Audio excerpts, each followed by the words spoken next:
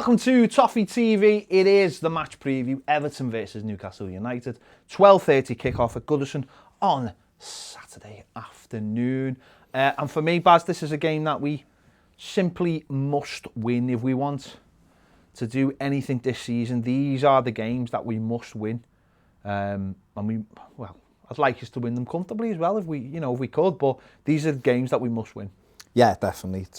If we got Europa League or Euro or Champions League aspirations or anything else, these are the games you have to win. I feel like we owe Newcastle big time for the game at Goodison a year ago and the game, our worst performance of the season as a whole was at Newcastle in November. So yeah, it's a game we have to win. They're not in a good moment. And we are, so it's about being able to take advantage of that. It's a home game against, and our home form hasn't been very good this season, let's be honest, so we have to make sure we get the 3 points at the weekend. Yeah, they're coming, they're not on a great run. They've had problems, obviously, they had the whole COVID thing before Christmas, and I think that's had a real effect on they're only just getting players back now after that. But I still don't look at them and think they've got a great side. They've got a few good players. St. Maxim's back now, isn't he? So he's a good player. And when we went up to their place, obviously we had players missing that day, and we never really went at them at all. We sort of tried to play a little bit defensively and maybe grab a goal late, and it just went against us. They got a fortunate penalty, and then they hit us on the break to get the second goal.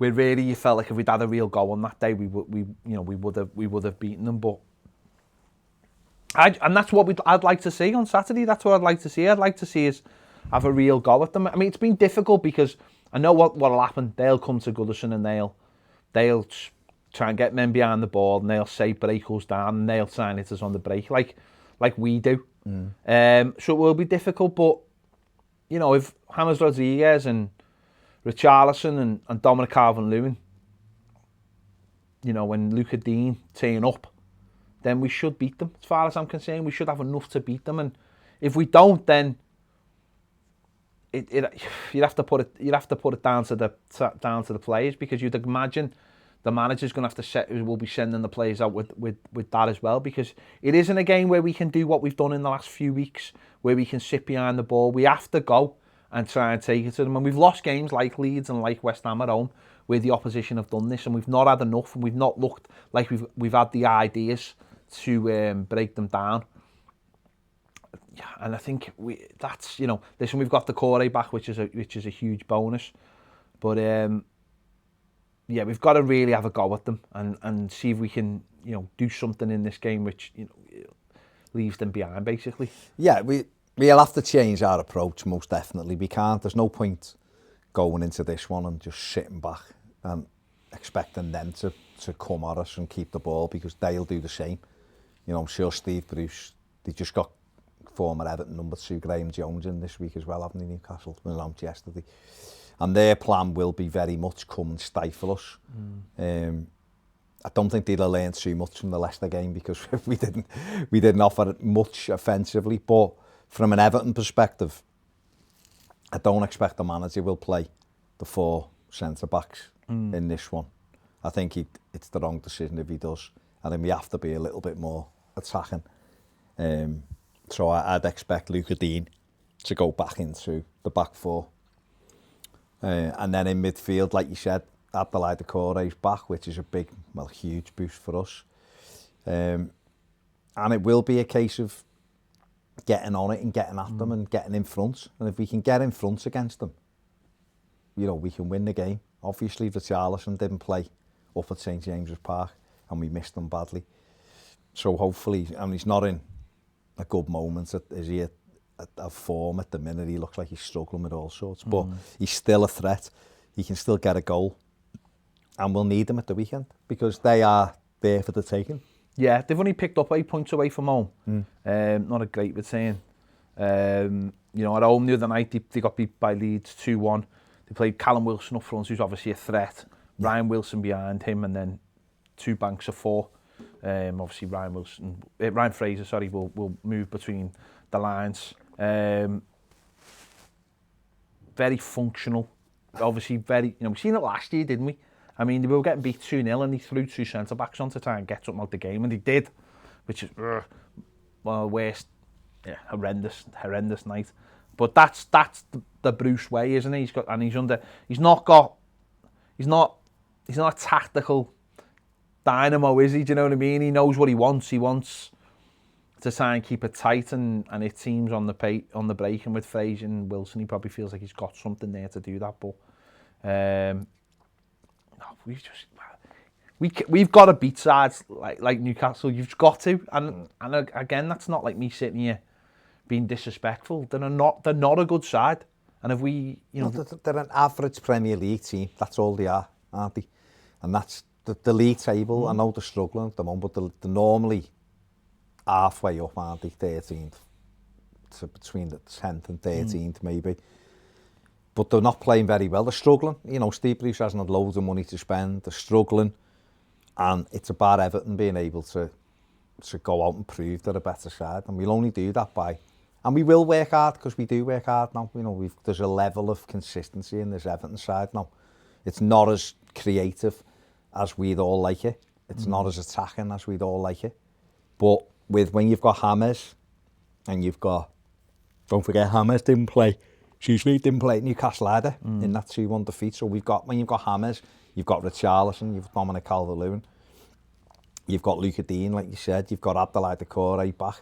You've got players who will get in and around the penalty area. And I think if the manager plays a 4-3-3 with Dean back in that back 4, and then a midfield, I guess it'll be probably something like Tom Davies, Doucouré, and maybe Gylfi Sigurdsson or Andre Gomez, one of those two, with the 3 further ahead, then that's attacking. That's an attacking side, and it's a team that will and should be good enough to beat Newcastle United. But again, like in so many Premier League games, the first goal's key. Yeah. And I think even though we got it against Leicester, it was an error from a goalkeeper that cost us that one. I think if we can get it here, it means they have to come out a little bit more, which means there'll be more space for Dom and for Richarlison, and then maybe a Wobie to come on. I mean, is this a game where, having watched the pragmatic approach in the Leicester game and very much a defensive-minded Everton side, because it was, is this a game where a midfield of a Wobie, Davies and Doucouré could be one to look for?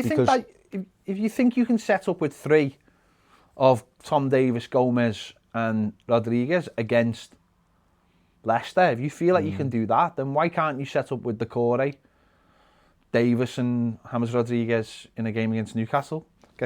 But I could see a situation where Wobie played central, because don't forget, his best performance, I know what you're saying, you'll get more protection if he's over on the right and he runs with the ball, which means James is free. But I also think some of Wobie's best game for us have been in the centre bit as well, the centre of the park. I think the problem is, but then with James coming in, will just drift in there anyway. Yeah. So where you need at least one of them, and Wobie's done all right off the right, and I can imagine him starting off the right with Charleston off the left and putting Dean back at left back, and either one of them playing right back, either be Holgate or Ben Godfrey. And then you've got 3 centre backs in your back 4. You've got the protection of Tom Davies and Doucouré. Tom Davies won't move, he'll sit in front. And then you've got James Rodriguez going where he wants. With Richarlison, Dominic Calvert-Lewin, Wobie.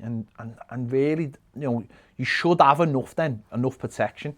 And it will cause them problems, don't you? Of course, and that is that first goal, isn't it? Because like you just said there, you go behind to a side like Newcastle, you know what they're going to do. They're going to dig in, they're going to make it frustrating. And they've also got that, because then they have got a threat on the break as well if you're overextending yourself. Whereas if you get the first goal against them, you know they're going to have to come out then. Our own record's not great, is it? Because we're not a team that's found it easy to break teams down that have done that. We've had most luck against West Brom. We scored goal, Brighton, teams who don't know how to defend. Well, they're open football teams. Liverpool, another one. They don't defend. Don't defend as such. Certainly after Van Dijk went off, and whereas teams like Leeds and West Ham who've come and who've been organised, Man United were organised at the back. We found it more difficult. We found it more difficult, haven't we? So, and those teams carry Man United. I mean, the Leeds and the West Ham game were almost. I mean, the Leeds game was mad because it was like a game of basketball, wasn't it? But we had 2 goals disallowed that on another day would have stood, and we had we missed good opportunities, and they did as well. Don't get me wrong, Leeds did, but in both that game and the West Ham game, it was just one moment from either side took their opportunity. Rafinha scored from outside the box. He scored against Newcastle, of course, in midweek. And the West Ham game was the 86th minute, a lucky deflection, and Souček put it in. And it was like that. And you don't want to get to that stage with this. Ideally for Everton, we would get a goal in the first 20, 25 minutes and really settle everyone down. And, I think the one thing we haven't really done this season, particularly at home anyway, is be able to get a couple of goals up in the first half and then be able to dictate the play with the ball. Do you know what I mean? Even though we put 5 past West Brom at Goodison, it was the second half. We put 4 past Brighton. We only really got away from them in the second half. Since then, the Liverpool, we come from behind twice. And then the other games we won. Chelsea, we scored in the first half and held on. Arsenal, we scored both goals in the first half. So it is a case for us of we have to be that little bit more adventurous because they won't be. I don't think. And they will. Why should they be? No. If you were Steve Bruce coming to Goodison, you'd be saying, listen, just sit in. We've seen West Ham do it. We've seen, other teams get success doing it. Make it difficult and let's see if they've got enough to break us down. And then wait for a set piece. And then you get a set piece or you get a break where they give the ball away and you can get it quickly up to Fraser or you can get it up to Callum Wilson on the run. We might get in and get something. And that's what it's about. And for Everton, it's about being able to dictate the play in this because I think we will have more of the ball in this one. I think I'd be amazed if we have less than 60% possession in this one. But it's what you do with it. That's it. Possession's not always been our friend. No. In games, it's gone against us. And like saying there, they do carry a threat on the break, and that's what we've got to watch out for. People like Shelvey, you can bang them in from 20 yards if you give them space. You've got St. Maxim, like you said before, who, he's suffering from COVID, he's been struggling for months with it, but he's fitting in the team, he'll still carry a threat, so you've got to be wary of them. It's about what we I think we just got to keep banging on the door and keep going no matter what, and don't get into those periods which we have when we have possession, is where we start to look clueless, yeah, essentially, where we start to look like we've run out of ideas. I think we've got to keep on, if there's something happening, even if it's like 0-0, we've just got to keep doing it and don't lose sight of that because we have got good players who can score goals. I think we need to get more shots away. No, of course, I think what you have to do in these games is you have to make, because the crowd aren't there as well, because it's no coincidence that our home record is nowhere near as good as it's been for years. There's no crowd there. Again, I always follow it up with our away form's better, probably because there's no crowd there. But what you have to do in these games is, as the home team, you have to make the away team feel uncomfortable, feel like they're under pressure. We've watched the Leicester game this week, and although they weren't creating loads of chances, it was waves, wasn't it? Because we kept giving the ball away, because you feel like they're on top. When Everton slowed the game down to the point where neither team's on top, that's when you can get caught. So I want to see us having more attempts in this one. I want to see, we should be getting up to, like the Sheffield Wednesday game in the Cup, move the game, move the 20 ball, attempts. But move the ball quicker. Yeah. Move the ball quicker, and if it's, listen, if we're trying, we love getting crosses in, but if, with the centre-backs, these have got it, if they're dealing with them, we'll have to go another way, get the ball into James Rodriguez higher up the pitch and start. And maybe that's why they should look at Iwobi one side of Charles and the other with James in the 10. Yeah. James playing the almost Gylfi Sigurdsson role that Gylfi's been playing. Put him there and after 2 more industrial midfielders, Davis and Decore behind, and get Luca Dean involved and make them have to think there's going to be a couple of different ways we attack. Because if it's just with Dom centrally and we're just throwing aimless crosses in, I know, listen, Dean puts great crosses in, but if that's all we're relying on, and it was kind of all we relied on at St James's Park. And again, we didn't have Luca Dean that day either. No. They dealt with most of that, and it was only really when Iwobi come on and we got a goal that they were hanging on at the end. And you know, and that's what we've got to do. Iwobi does change the point of attack because he's not. Well, he's got different ways his of playing. His crossing's not brilliant, so he tries to keep it but he on the floor. Through balls as well, doesn't he? So it's a game, you've said it, and we've, you know, without the risk of repeating ourselves, it's a game that we have to win, and we should win. I'm not going to put quotes in and facts in that absolutely jinx things, but this one, last season's Premier League meeting between Everton and Newcastle at Goodison Park, so Florian Lejeune scored 2 goals in the 90th minute. It's the first time a player had done that in an away match since 2001, when Gus Poyet scored 2 at Derby. Everton have lost one of their last 8 Premier League games, game against West Ham. I'm not mentioning Newcastle's one.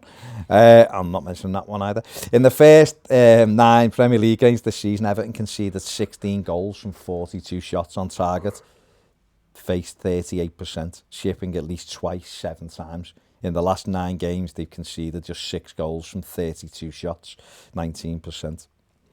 Just 4 of Newcastle's 19 Premier League goals this season have been scored in the first half. Both a league low total and percentage, 21%. Newcastle had 22 shots, 5 on target in their 2-1 defeat against Leeds last time out. Their most in a Premier League game this season, and more than the Magpies have managed in 3 previous league games combined. And Dominic Calvert-Lewin has scored in each of his last 4 Premier League appearances against Newcastle, scoring 5 goals.